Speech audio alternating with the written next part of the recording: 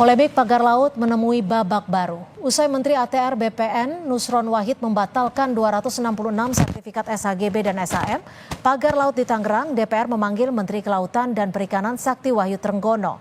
Sementara itu, aktivis Maki Boyamin Saiman juga melaporkan dugaan korupsi penerbitan sertifikat pagar laut ke KPK. Bagaimana penyelesaian politik atas polemik pagar laut? Apakah perlu pansus atau cukup panja? Dan bagaimana pula sebaiknya penyelesaian jalur hukumnya?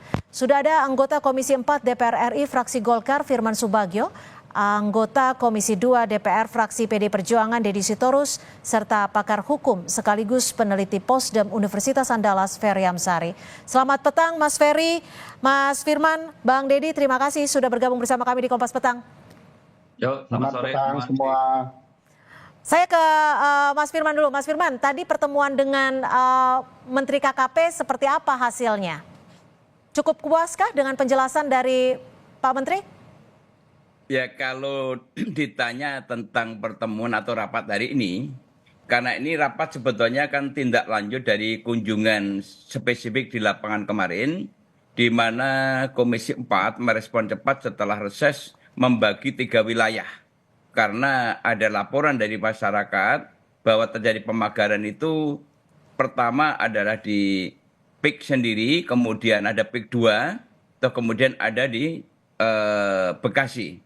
Tiga-tiganya kita kunjungi. Namun saya kebetulan mendapat kebagian di PIK 2. Nah, pada waktu kami bertemu dengan masyarakat di sana, memang persoalan PIK ini kan sudah cukup lama ya.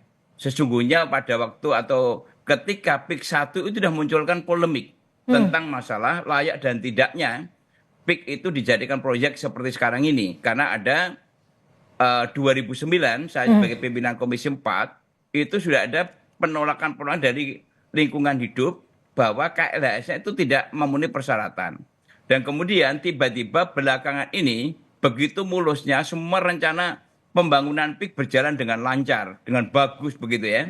Ya walaupun faktanya di lapangan sudah pembangunannya memang berjalan dengan baik, tapi ada hal yang menjadi perhatian kami adalah akhir-akhir ini tiba-tiba muncul pemagaran 30,16 kilo. Padahal berita di media sosial juga masyarakat yang mengadu ke kami sudah cukup banyak.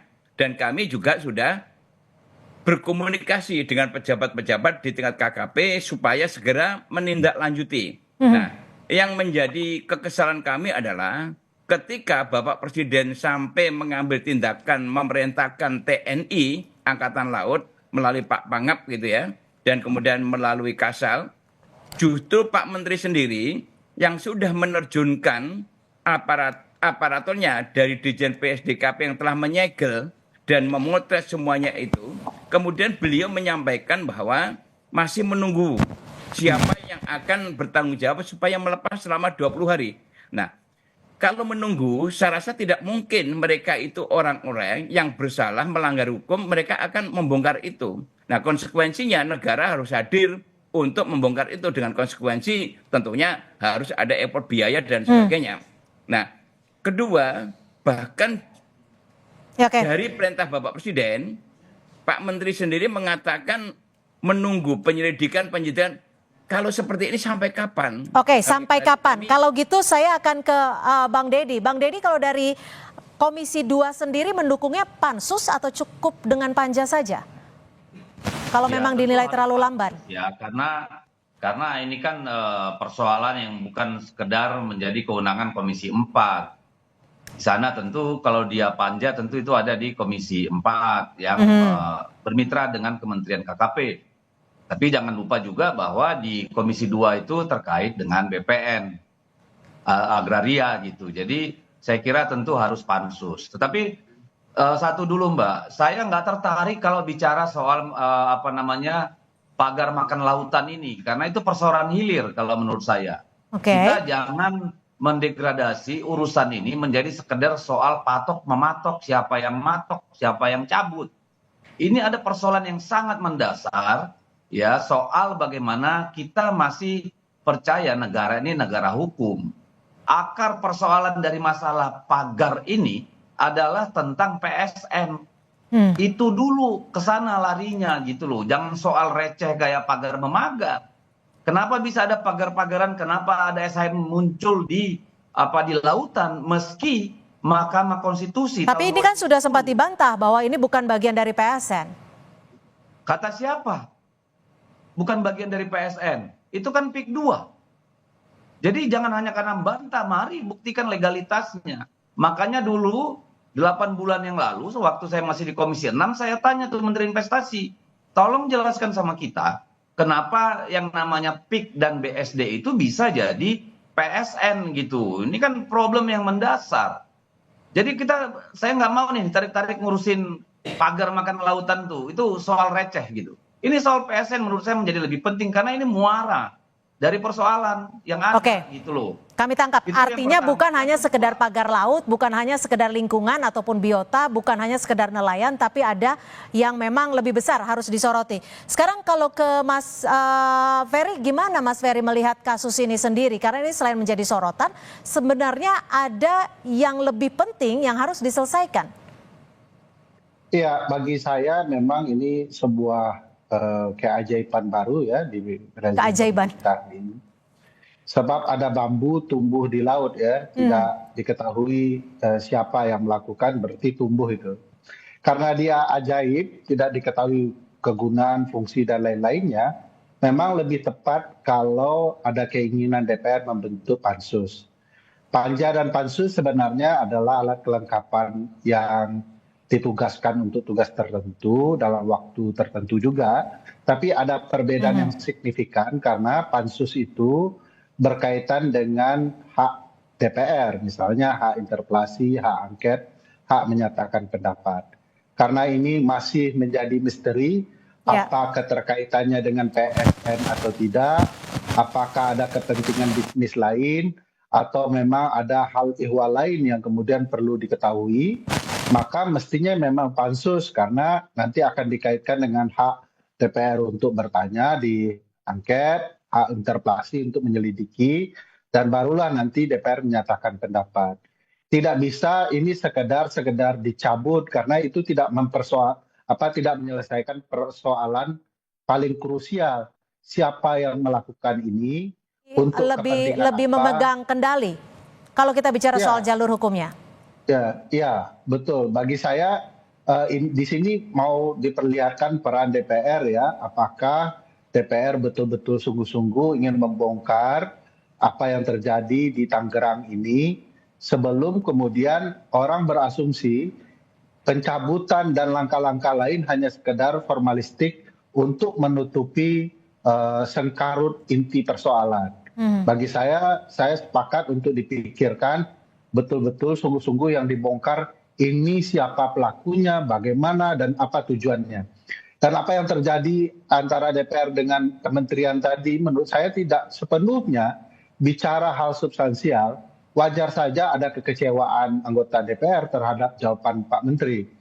Ini juga keajaiban yang baru, ada menteri tapi berbeda pendapat dengan presidennya, itu hal yang menarik menurut saya, yang harus juga dibongkar oleh teman-teman DPR melalui pansus itu. Mas Firman, kalau Anda tadi menyebutnya bahwa ada kekesalan presiden juga, kenapa begitu lama diselesaikan oleh KKP sehingga menunjuk TNI Angkatan Laut untuk membongkar langsung. Memang seperti gimana sih kekesalannya Presiden Prabowo? Ya kalau kita melihat ya, kan kita ini juga setiap hari kan mendengarkan pidato-pidato beliau dan kemudian instruksinya beliau. Dan kemarin statement daripada Mabes TNI AL juga sudah jelas bahwa kami patuh dan tunduk dengan instruksi Presiden, kami tegak lurus vertikal seperti itu. Dan kemudian tentunya kami Komisi sebagai mitra Kementerian Kelautan dan Perikanan bertanggung jawab terhadap itu, dan kami menanyakan kembali kenapa ini Pak Menteri kok tidak segera cepat diambil langkah-langkah. Jadi yang kami lakukan rapat hari ini memang belum sampai masuk kepada tataran apakah dibentuk panja atau mana, tapi kami masih pada posisi melakukan fungsi rapat pengawasan untuk mengklarifikasi hasil pertemuan kemarin atau hasil kunjungan spesifik di tiga tempat kemarin, dan juga ada pengaduan di daerah lain seperti di Surabaya. Itu juga ada pengaduan sekian ratus sertifikat yang sudah dikeluarkan. Ini yang kita klarifikasi dulu. Oleh karena Tadi kalau janji Pak Menteri akan berapa lama, Pak? Iya. Oke, mohon maaf, Kalau kita saya boleh. kita sambung usai jeda. Tetap bersama kami di Kompas Petang. Terima kasih Anda masih bersama kami di Kompas Petang. Saya Cynthia Rompas. Kita masih membahas soal polemik pagar laut yang kian menjadi sorotan. Saya akan kembali ke Mas Ferry. Mas Ferry, kalau melihat kasus ini, siapa menurut Anda yang bisa secara komprehensif untuk mengusut dan juga mengatasi dugaan keterlibatan oknum-oknum tertentu? Karena ini bukan hanya soal pagar laut, siapa yang memasang, tapi juga soal siapa yang membantu meloloskan sertifikat-sertifikat tersebut. Terus ini sangat luar biasa ya. Ada HGB di tengah lautan dan ada pagar yang terbuat dari bambu tanpa diketahui siapa yang membuatnya. Nah, karena itu perlu langkah-langkah yang signifikan untuk mengubah atau mengetahui apa yang terjadi. Makanya pilihan bagi saya DPR bergerak dengan pansusnya untuk membongkar apa yang sesungguhnya terjadi. Tapi ada kejanggalan juga yang perlu betul-betul diwaspadai oleh DPR. Tadi Pak Firman mengatakan ada keinginan Angkatan Laut membongkar pagar ini karena perintah Pak Presiden.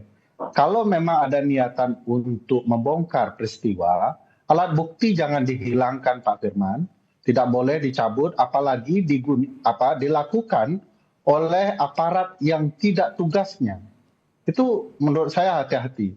Oleh karena itu DPR juga harus mewacanakan jangan alat bukti dirusak, disentuh sampai kemudian ada penyelidikan yang proper untuk itu, apakah menggunakan langkah politik atau langkah hukum. Kedua-duanya boleh bergerak beriringan menurut saya. Tapi kan di sisi lain kita ada nelayan yang perlu dijaga juga kesejahteraannya, Mas Ferry. Iya. Kalau memang untuk sekedar membuka pintu agar mereka bisa melaut, tidak ada soal. Tetapi kalau dibongkar utuh, ya itu bagi saya aneh itu, karena itu alat bukti.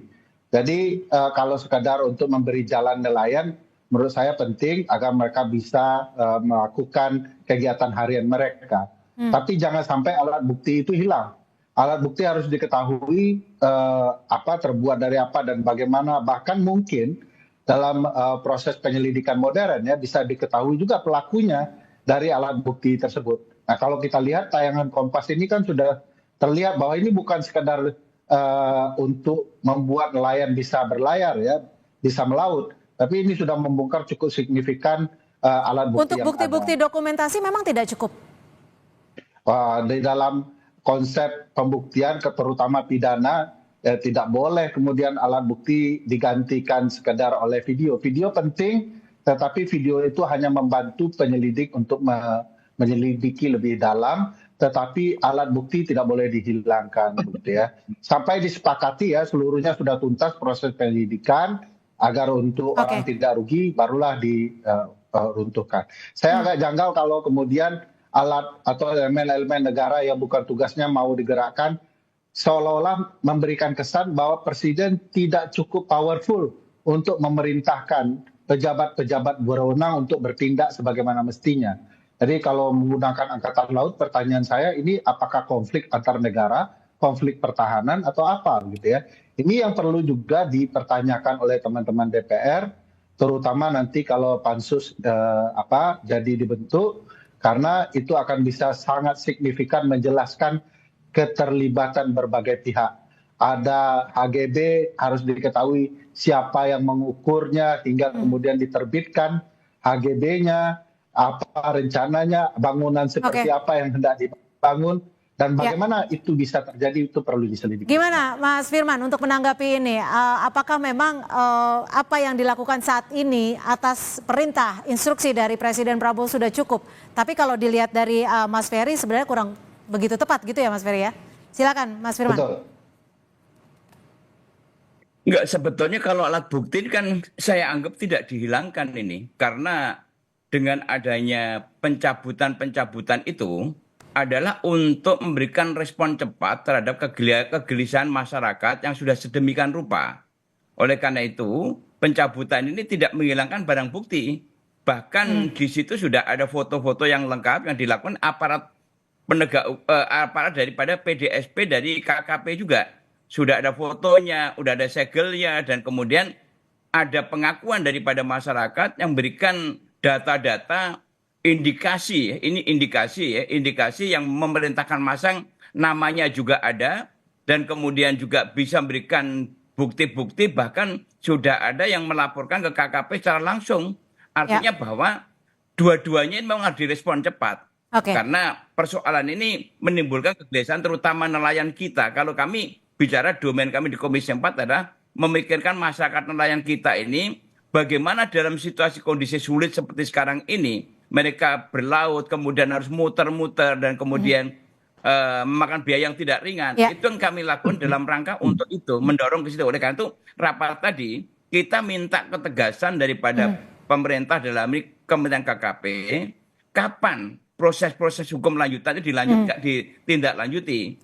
Dan kemudian kami juga minta batas waktu supaya ini tidak berlarut-larut seperti itu. Karena nama-nama dan kemudian ada bukti-bukti lain yang sebetulnya itu kami tangkap Mas Firman. Saya ke Bang Deddy. Bang Deddy, ini kalau dibilang bisa dikatakan sebenarnya sudah berlarut-larut karena sudah memakan cukup banyak waktu.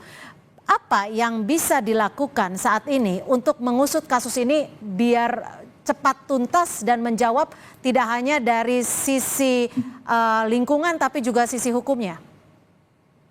Ya, saya tidak melihat suatu upaya penyelidikan atau katakanlah tindakan penegakan hukum yang sistematis yang terjadi. Jadi walaupun KKP diberi kewenangan ya sebagai penyidik misalnya gitu ya terkait dengan persoalan kelautan, tapi harusnya kan juga melibatkan Polri misalnya. Lalu ada di sana Angkatan Laut yang mencabuti semua gitu kan, padahal kita punya Polairut. Nah pertanyaan kan kemudian apakah ketika pembongkaran itu sudah dilakukan sesuai dengan prosedur hukum acara, karena kalau tidak ya nggak berguna itu barang. Ini jadi seperti upaya menghilangkan alat bukti. Nah saya dari awal tadi bilang kalau kita bicara hanya soal pagar makan lautan ini kasus akan selesai dengan 2-3 orang di BPN kena tangkap gitu loh. Jadi bermasalah hukum ya, atau perusahaan yang kemudian memerintahkan pemagaran itu selesai perkara.